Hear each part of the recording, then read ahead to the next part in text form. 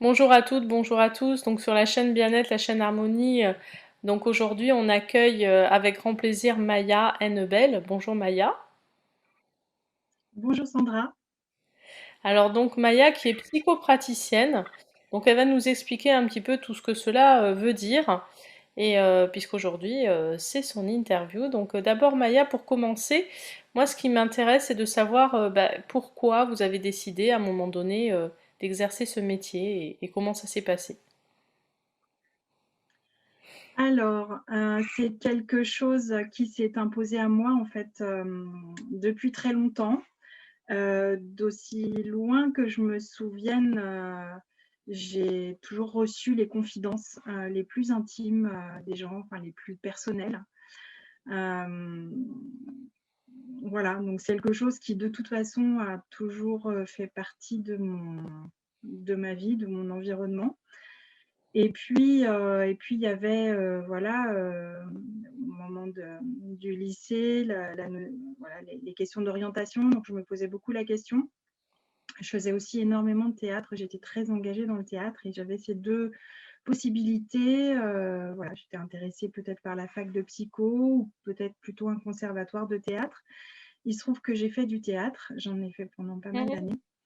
Et puis de toute façon, voilà, cette notion de confidence que je recevais, qui était vraiment très présente dans ma vie, est revenue plus tard, quand j'avais une trentaine d'années. Et vraiment, il y a un moment où j'ai senti que ça s'était imposé à moi, ça prenait beaucoup de place et je pouvais me sentir parfois démunie Mhm. dans le témoignage des gens. Je ne savais pas ni quoi dire, ni quoi faire. Et en même temps, je sentais la charge émotionnelle. Donc voilà. Et comme visiblement j'étais prête, eh bien, une formation de psychopraticienne m'est arrivée toute cuite sur un plateau. Et voilà, ça a été le début d'une nouvelle grande aventure. Hmm. Très bien, très bien. Donc c'est une forme de vocation en fait, vraiment quelque chose qui est là, qui est très prégnant, présent et très prégnant depuis un moment. Donc super. Au niveau des techniques que vous utilisez, ou si c'est pas une histoire de technique, j'ai envie de dire, comment ça se passe, comment vous mettez en place les choses dans vos séances. Alors, je me suis formée à plusieurs méthodes. Donc, j'ai des méthodes psychocorporelles, des méthodes en transgénérationnel, en plus donc des méthodes d'écoute pure, hein, de psychothérapie, voilà. J'aime beaucoup travailler en fait avec le transgénérationnel et le psychocorporel. Je trouve que les deux se complètent beaucoup. Ce que la tête ne sait pas ou ne sait plus, le corps, lui, ne l'a pas oublié. Et donc, j'aime beaucoup travailler avec les émotions, les ressentis, le mouvement aussi, ou la posture du corps. Parce que ça peut arriver parfois qu'on prenne une posture, qu'on ait une posture dans laquelle qui nous parle, ou dans laquelle on se sente mieux. Et j'aime beaucoup travailler à partir du corps. Hmm.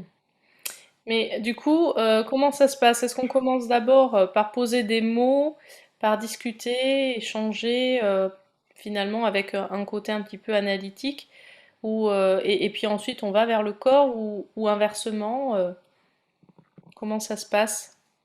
Alors, il y a toujours, donc moi je pratique la psychothérapie, donc là, je donne beaucoup d'importance aux mots et à l'écoute. Je prends toujours le temps d'écouter les gens quand ils arrivent. Alors, certains arrivent par des douleurs au niveau physique, donc je vais prendre le temps de les écouter parler de leur corps et de leur douleur ou de leur maladie. Voilà. D'autres ont une demande peut-être plus diffuse sur voilà, une demande de se sentir mieux dans leur vie ou peut-être, sur un plan relationnel. Mais il y a toujours un temps important qui est consacré à la parole. Le travail avec le corps, c'est un vient à un moment donné dans la séance. Après, ça dépend vraiment des gens, ça dépend de la personnalité. Certains peuvent travailler, et tout en restant assis dans le fauteuil séance après séance. On peut travailler avec le corps de cette manière-là, Mmh. alors qu'avec d'autres, il va y avoir plutôt, voilà, du mouvement dans l'espace ou, mais de toute façon, il y a toujours, des échanges, verbaux. Mmh. D'accord, très bien. Au niveau, de toutes les méthodes que vous utilisez, du coup, vous faites, en fonction vraiment vous adaptez, hein, de ce que j'ai compris, à chaque individu. Donc, et par rapport aux demandes, est-ce que les personnes arrivent avec des problématiques spécifiques ou est-ce que bah, finalement c'est juste effectivement un travail sur soi, un approfondissement de certaines choses, ou c'est un ensemble? Alors il y a vraiment les 2 sont possibles. Certaines personnes peuvent arriver par exemple avec, voilà, il y a un conflit par exemple avec le conjoint ou, une difficulté, par exemple, au travail. Et donc, ils souhaitent, se sortir de ce qu'ils peuvent vivre comme étant une impasse ou comme étant très inconfortable. D'autres, par exemple, alors je reçois aussi beaucoup de femmes enceintes, je fais de l'accompagnement aussi, pour les femmes, au cours de leur grossesse. Alors je ne fais pas de préparation à l'accouchement à proprement parler, parce que je ne Mhm. suis pas sage-femme, mais je les accompagne dans leur questionnement, on va voir au niveau des angoisses et cetera. C'est un travail, encore un petit peu, différent, d'une femme qui ne sera pas enceinte, puisqu'au niveau émotionnel, il se passe, particulièrement des choses, à cette période-là. Et puis il y a des gens qui viennent parce qu'ils se sont stressés. Donc c'est un terme qui est très vague, très Mhm. générique et donc bah, voilà, on va petit à petit, on va faire connaissance et puis on va voir de quoi est composé ce stress, et puis on va essayer de remonter à la source pour voir qu'est-ce qui a été activé à quelle période de la vie et qu'est-ce qui n'a pas pu être, quelles émotions n'ont pas pu être, manifestées, partagées à ce moment-là, et qui toquent à la porte. Mhm. Voilà, sous forme de stress, de tension, de fatigue, voilà. Donc autant il y a des demandes précises, autant il y a des demandes qui sont parfois beaucoup plus vagues. L'un dans l'autre, la demande, ça reste toujours de se sentir mieux dans sa vie Et oui, forcément. et ça, c'est voilà, ça c'est vraiment le déclic qui fait que, bah, je vais pouvoir accompagner ces gens-là. Par rapport au théâtre, vous nous avez parlé du théâtre tout à l'heure. Est-ce qu'il y a des Mmh. outils que vous utilisez théâtraux ou d'expression de soi, j'ai envie de dire, pour libérer certaines émotions? Alors non. Heu, Moi j'y trouve juste la continuité, dans le plaisir de travailler avec le corps et avec le verbe, puisque c'était Mhm. quelque chose qui me plaisait dans le théâtre et je retrouve, voilà, ces 2 notions-là, travailler avec le corps et travailler avec le verbe. Mais non, je j'utilise vraiment aucune technique, qui pourrait venir du théâtre, dans les séances de thérapie. En tout cas, ça m'est jamais venu, voilà, il n'y a jamais quelque chose qui m'est venu, en lien, de cette manière-là. D'accord. Je pense que c'était bien de le préciser aussi parce que comme vous avez un passé lié au théâtre, voilà, Mmh. que ça puisse ne pas freiner ou inversement, si des personnes venaient à vous pour ça, Mmh voilà, mh. que les Mmh. choses Mmh. soient claires à ce sujet. Où est-ce que vous travaillez, vous pratiquez vos séances? Alors je suis, géographiquement, je suis sur Grenoble, hein, et je reçois les gens, dans mon cabinet, voilà, un grand espace, pour, recevoir les gens, pour leurs séances et un espace, voilà, suffisamment grand qui permet justement d'explorer toute la dimension corporelle, d'utiliser le mouvement, voilà et je travaille également en ligne. Heu,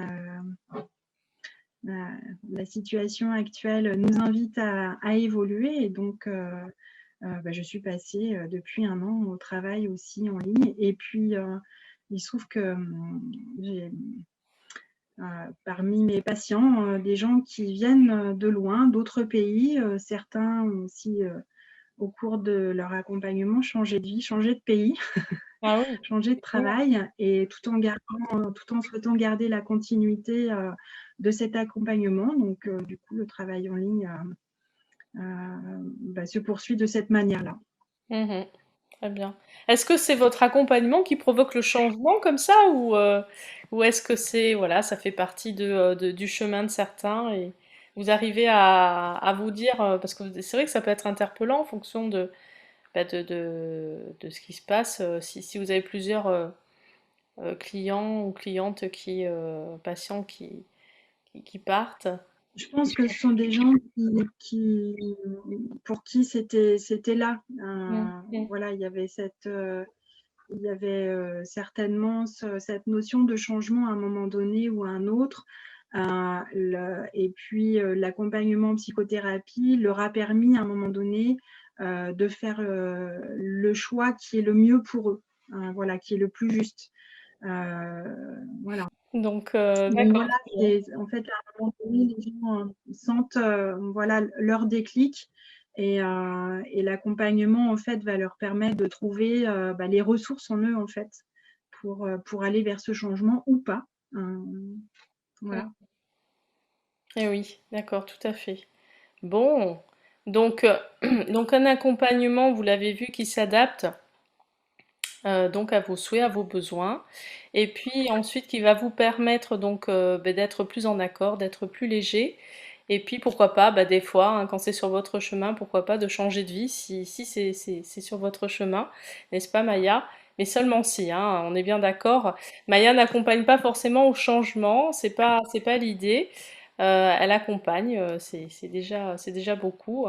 Et aussi avec une résonance dans le corps, avec un travail sur le corps en fonction de vos besoins. Donc surtout n'hésitez pas, vous l'avez compris, Maya consulte aussi à distance, donc vous pouvez la consulter de partout, donc où que vous soyez, donc n'hésitez surtout pas. Et puis en présentiel, si vous êtes non loin de son cabinet. Et voilà, merci beaucoup Maya. Merci beaucoup, Sandra. Voilà, donc Maya devient partenaire de la chaîne, hein, donc vous la retrouverez dans son espace Bon Plan Partenaire très regardez dans la rubrique Bon Plan Partenaire pour retrouver toutes les infos la concernant. Et puis en attendant, vous avez ses coordonnées qui s'affichent en ce moment même sous son image. Donc n'hésitez pas, surtout, voyez un petit peu, Maya a des belles valeurs de bienveillance, de douceur et d'écoute, donc n'hésitez pas surtout à aller vers elle. Merci beaucoup Maya encore une fois et à très vite. Merci et bonne continuation, Sandra. Au plaisir de vous retrouver. Merci. Au revoir à tous, merci de nous avoir suivis. Merci à vous.